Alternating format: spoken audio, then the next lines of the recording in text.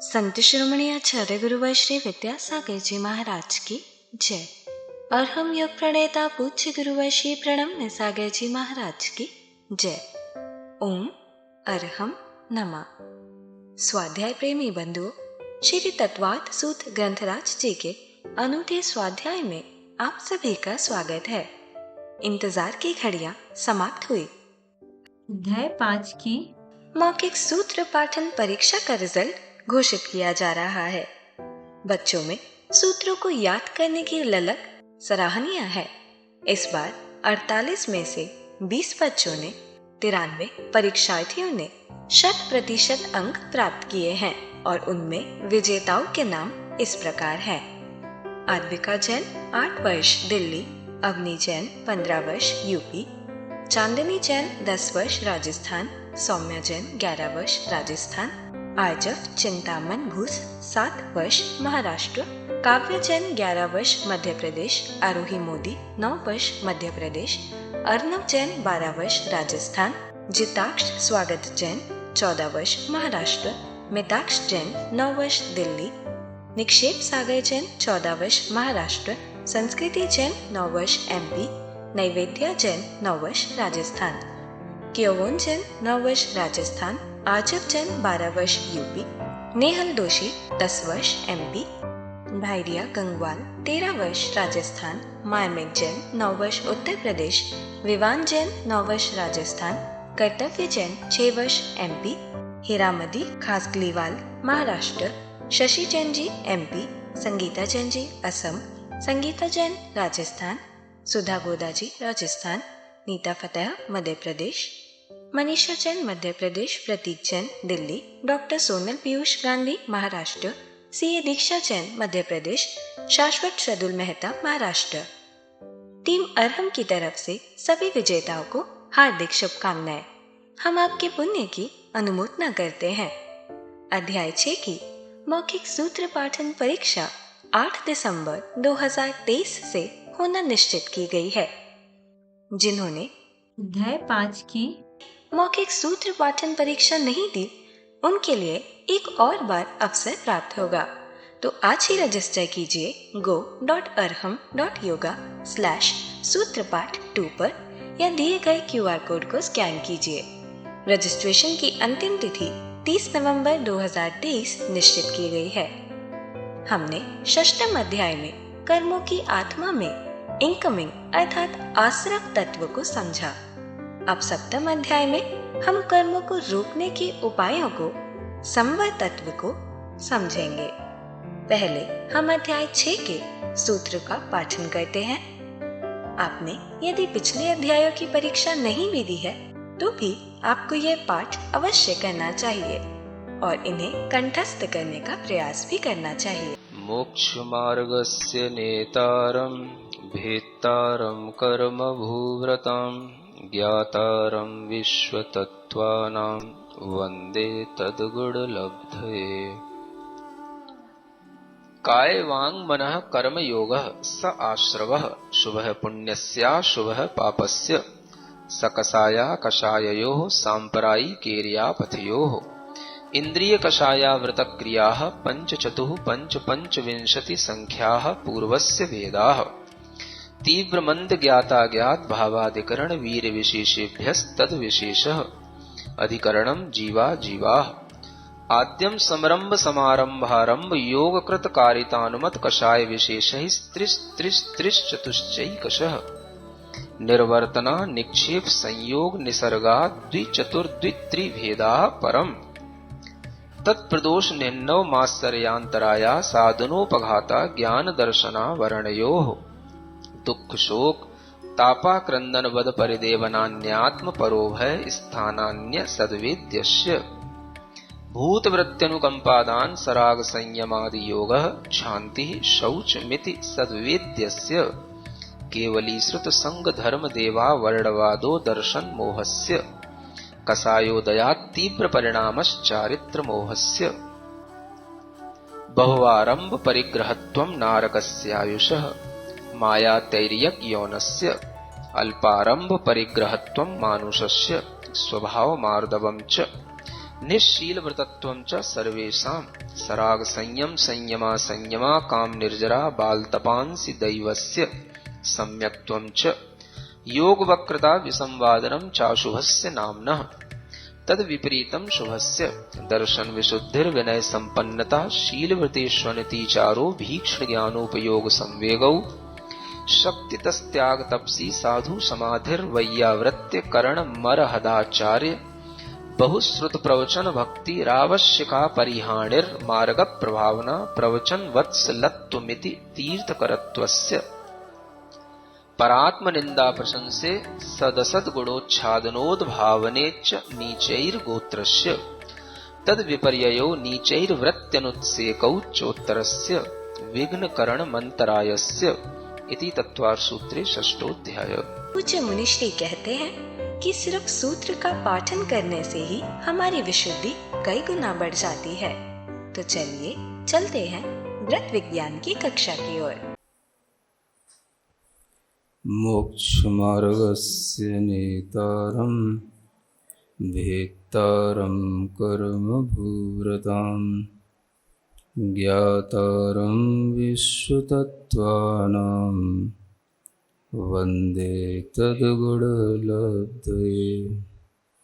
देवादिदेव आदिम तीर्थंकर श्री ऋषभनाथ भगवान की, वर्तमान शासन नायक श्री वर्धमान महावीर भगवान की, परम पूज्य आचार्य गुरुवर श्री विद्यासागर जी महाराज जी की। आज सप्तम अध्याय प्रारंभ होता है। पिछले छठवें अध्याय में भावों का विशेष रूप से वर्णन था और तत्व की भाषा में कहें तो आश्रव तत्व का वर्णन था। किन भावों से कौन से कर्मों का आश्रव होता है यह बताया गया था।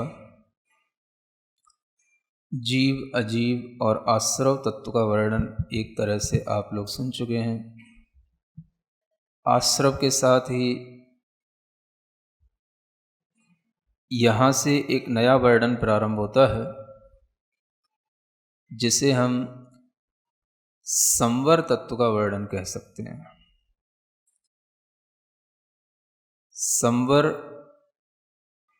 का मतलब है कर्मों का रुकना।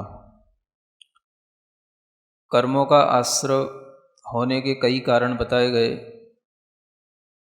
और उन आश्रवों में दो तरह के आश्रव भी बताए गए। एक शुभ आश्रव होता है, एक अशुभ आश्रव होता है। शुभ आश्रव पुण्य के लिए है, अशुभ पाप के लिए है, ये भी बताया गया। जब आश्रवों की चर्चा चली तो उसमें इंद्रिय, कसाय, अव्रत, क्रिया ये सब भी आश्रव के कारण बताए गए और आश्रव के इन सब कारणों में मुख्य रूप से जो भी आश्रव हैं वो सभी पाप आश्रव किन किन भावों से होता है, पाप आश्रव किन किन से परिणामों से होता है, ये सब बताते हुए यहाँ पर अब ये बताया जाना है कि जो आपने सुन रखा है कि शुभ आश्रव होता है वो शुभ कैसे होता है। जो आपने सुन रखा है इंद्रिय, कषाय, अव्रत, क्रिया, इनमें जो अव्रत होते हैं वो क्या होते हैं, उसी का वर्णन करने के लिए यह सप्तम अध्याय आ रहा है। एक तरह से सप्तम अध्याय में आपको सभी शुभ भावों का वर्णन होने के साथ साथ शुभ क्रियाओं के वर्णन के साथ भी इसका वर्णन किया जाना है। शुभ भावों का वर्णन तो आपने लगभग छठवें अध्याय में सीख ही लिया है। यहाँ पर आपको करना क्या, क्योंकि भावों से ही अकेला काम नहीं चलता। हमारी मन वचन काया की क्रियाएं तो हमेशा चलती ही रहती हैं और उन क्रियाओं को हम कैसे रोकें जो वो पाप आश्रव का कारण न बने। तो उन क्रियाओं को रोक करके ही हम भावाश्रव को रोकने की प्रक्रिया बहुत अच्छे ढंग से कर सकते हैं। अगर क्रियाएं नहीं रुकती हैं और केवल हम भावाश्रव को रोकने के लिए तैयार होते हैं तो हम कुछ सफल हो सकते हैं, पूर्णतया सफल नहीं हो सकते हैं।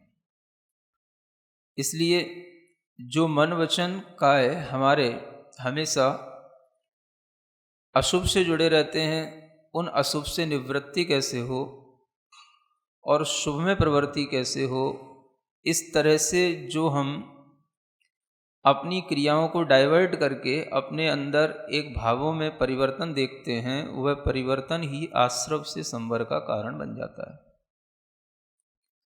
आश्रव का मतलब है कि जिससे कि पापाश्रव हो रहा है, और संवर का मतलब है जिससे कि पापाश्रव रुक जाए। आश्रव में मुख्य रूप से जो आपको बताया गया था पाप आश्रव के लिए, अशुभ आश्रव के लिए, वह था इंद्रियों की प्रवृत्ति, कषायों में उद्वेग और अव्रत का भाव। और कुछ 25 क्रियाएं आपको बताई थी।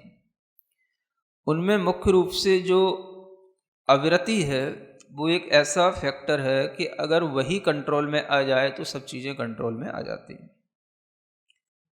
अव्रति यानी विरति का अभाव, विरति यानी विरक्ति का अभाव, यानी कि जो हमारे लिए पाप के आश्रवभूत कार्य हैं उनसे दूर नहीं होना, और उस भाव से तब तक दूर नहीं हो जाता जब तक कि हम उस तरह की कोई अभिसंधि ना करें। अभिसंधि कृता विरतिर व्रतम भवतिर। व्रत किसे कहते हैं? तो आचार्य कहते हैं जो अभिसंधि पूर्वक विरति ली जाती है उसको व्रत कहते हैं। तो उसी व्रत को समझाने के लिए ये चैप्टर आ रहा है कि हम अगर पाप से विरति चाहते हैं तो विरति हमें अभिसंधि पूर्वक लेनी पड़ेगी। अभिसंधि का मतलब क्या होता है? जैसे आप कोई भी कार्य करते हैं तो एक एग्रीमेंट करते हैं, अनुबंध करते हैं, एक आप शपथ भी लेते हैं, और कोई ना कोई आप अच्छा काम करते हैं तो उसके लिए भी सरकार से भी आपके लिए एक अनुबंध हो जाता है, डॉक्यूमेंट्स तैयार हो जाते हैं, अनुबंध हो जाता है। इसी तरीके से पाप आश्रव मैं नहीं करूँगा, मैं पाप आश्रव को रोकता हूँ, मैं संवर के लिए तत्पर होता हूँ। इसके लिए आपको एक अपने पास से ही खुद में एक डॉक्यूमेंट तैयार करना पड़ेंगे, जो आपको है ना बाद में उनकी रजिस्ट्री भी करानी पड़ती है, और वो कोई भी है ना, मतलब जो व्रत लिए हो, जो उस तरीके की क्लासें पास किए हो, उसके सामने आप उसकी रजिस्ट्री करा सकते हैं, है ना। तो यह जो विरति है, इस विरति को यहाँ पर आश्रव के रोकने का कारण कहा जा रहा है। पहला सूत्र जो यहाँ पर आ रहा है वो यही है, हिंसा नृतस्तेया ब्रह्म परिग्रहेभ्यो विरतिर्व्रतम। क्या कहते हैं? विरतिर्व्रतम। विरति का नाम व्रत है। विरति का मतलब कि उस चीज से विरक्त हो जाना, दूर हट जाना, उसमें जो हमारा एक अटैचमेंट था, उससे जो हमारा एक झुकाव था, उसमें जो जुड़ाव था, वो हट जाना। उस विरति को ही विरत कहा जाता है। और वो विरति केवल भावों से नहीं हो सकती जब तक कि हम भावों में भी यह बिल्कुल डिसाइड न कर लें कि हमें ऐसा नहीं करना है, तब तक वो विरति नहीं होगी। क्योंकि भावों में जब ये आप डिसीजन ले लोगे तभी जो है आप इस तरीके का कोई डॉक्यूमेंट तैयार कर पाओगे, और जब आपके पास डॉक्यूमेंट तैयार हो जाएगा तो फिर आप सबके समक्ष अपनी घोषणा भी कर सकोगे। किसका? हमने इस तरह से हिंसा आदि जो ये 5 पाप हैं, इनसे हमने विरति ले ली है, ये डिक्लेरेशन हो जाता है। और ये डिक्लेरेशन जब पूरा सोशल हो जाता है, सोशल मीडिया पे भी पहुंच जाता है, तो आपके लिए उससे एक राहत भी मिलती है और दूसरों को भी पता पड़ जाता है कि हाँ, अब आपके लिए इस तरीके का रास्ता बन गया है और आप इस तरीके से अपनी प्लानिंग अपने जीवन के लिए कर रहे हैं। समझ आ रहा है? तो ये जो व्रत लिए जाते हैं ये केवल भावों से नहीं लिए जाते हैं। बहुत अच्छी बात यह है कि ये साक्षी पूर्वक लिए जाते हैं।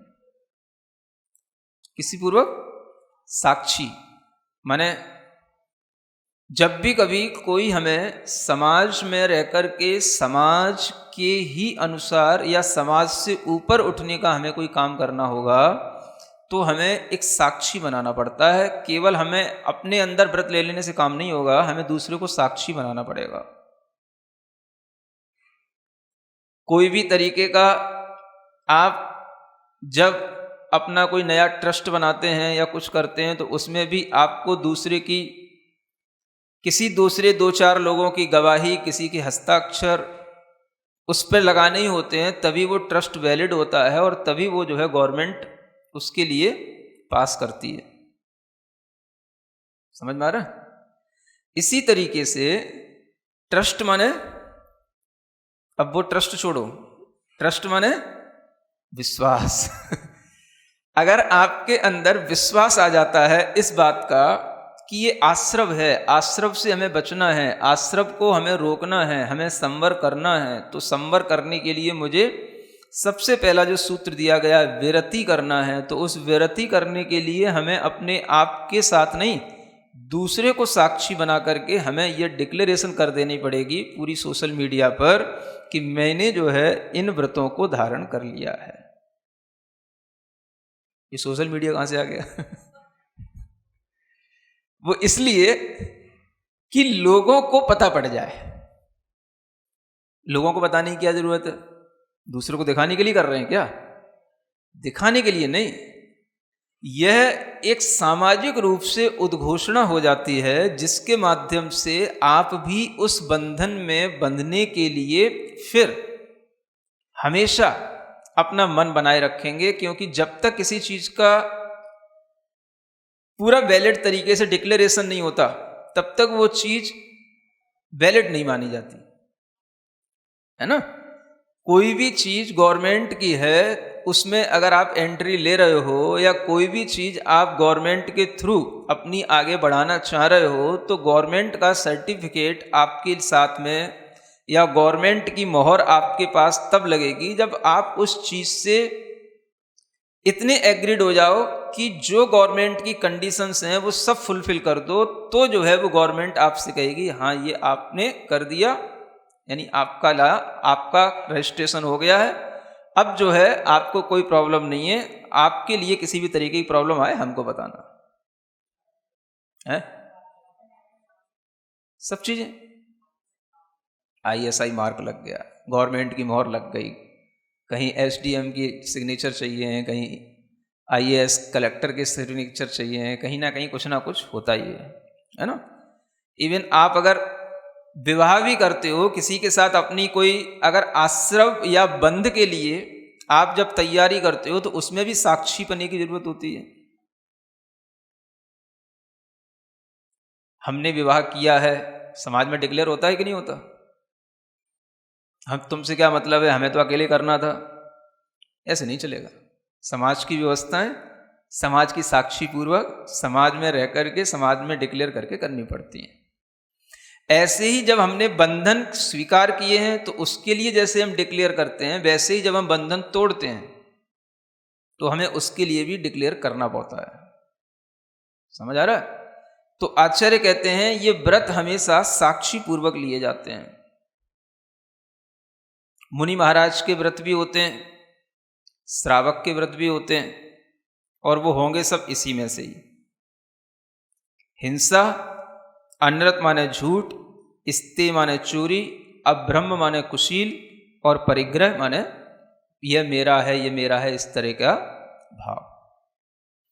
इन पांचों से विरति होने पर व्रत आता है, तो वह व्रत जो है साक्षी भाव पूर्वक लिया जाता है। और उस व्रत में भी साक्षी कौन कौन बन जाते हैं? अपसख्यम परसख्यम, मेरी आत्मा सबसे पहले साक्षी है और जो दूसरे लोग हैं हमारे सामने वो भी सब साक्षी हैं।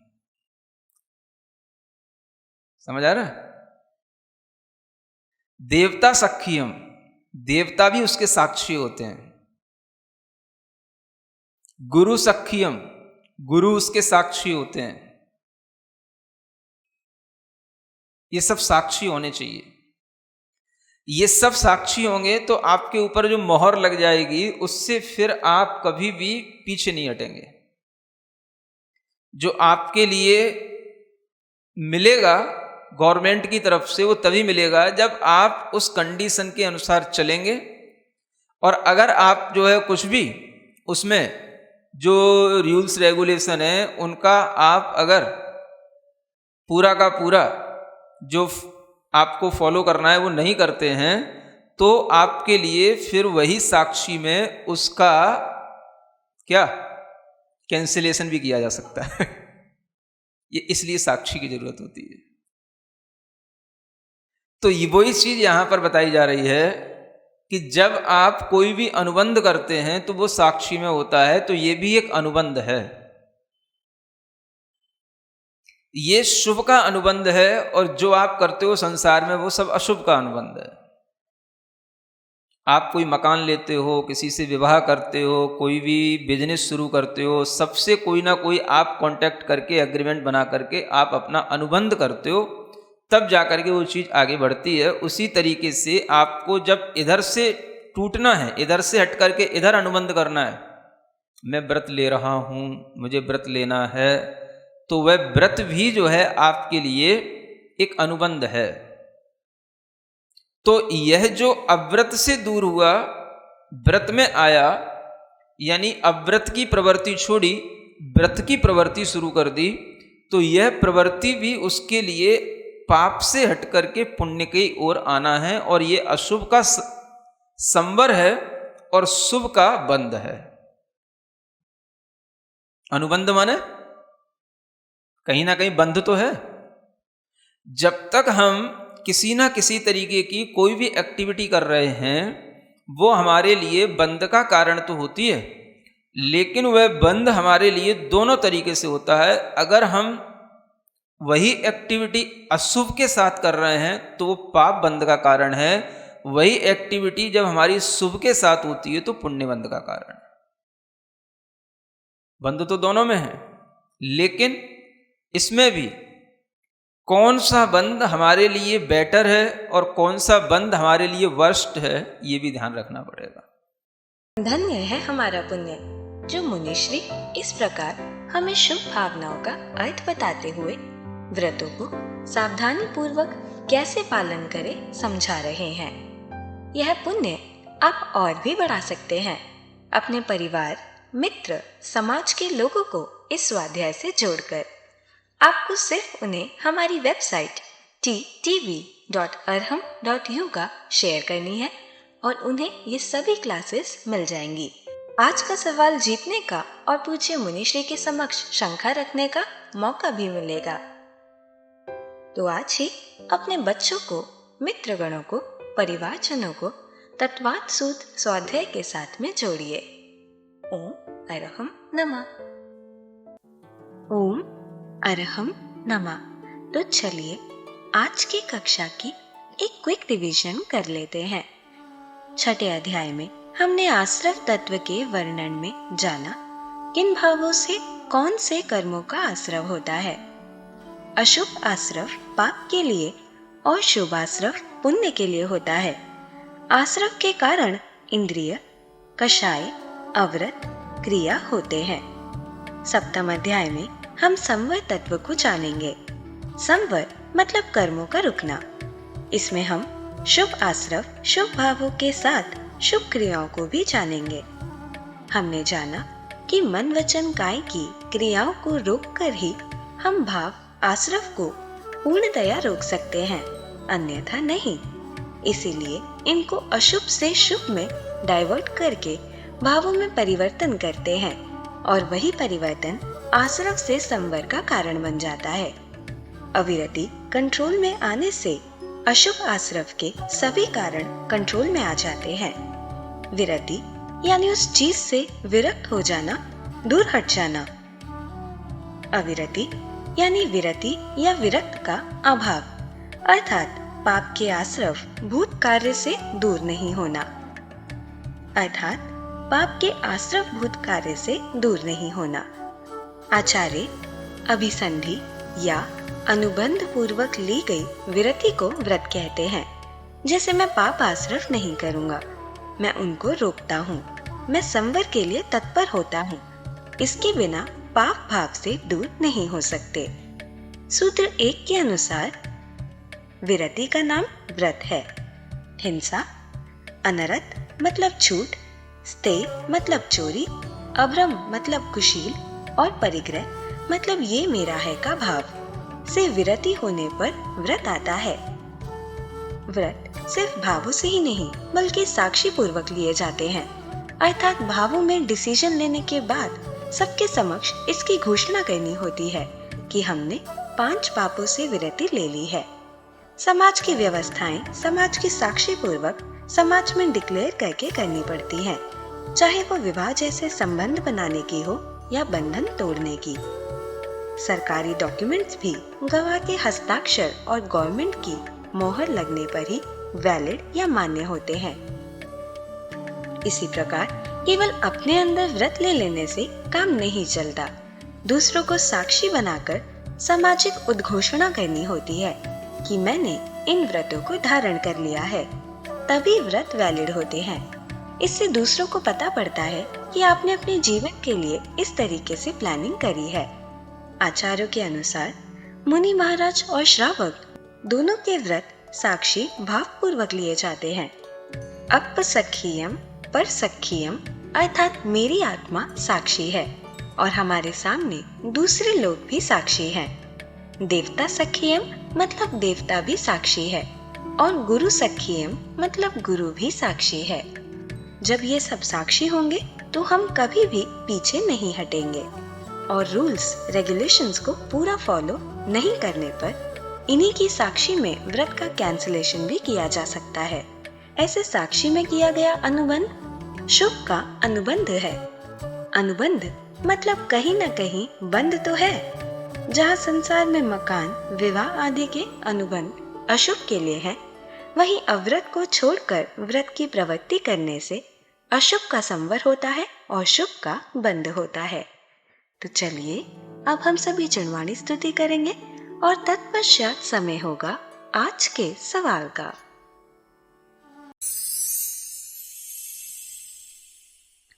सिरिजिणवाणी जग कल्याणी जग जन मदतम मोहरी जनमण हारी गढ़हर हारी जम जरा भव रोग हरि तिथियराणम दिव्य झुणिम जो पड़ई सुणई मय्ये धारई राणम सौख मणंतम धर्य सासद मोक्ष पदम पावई सासद मोक्ष पदम पावई।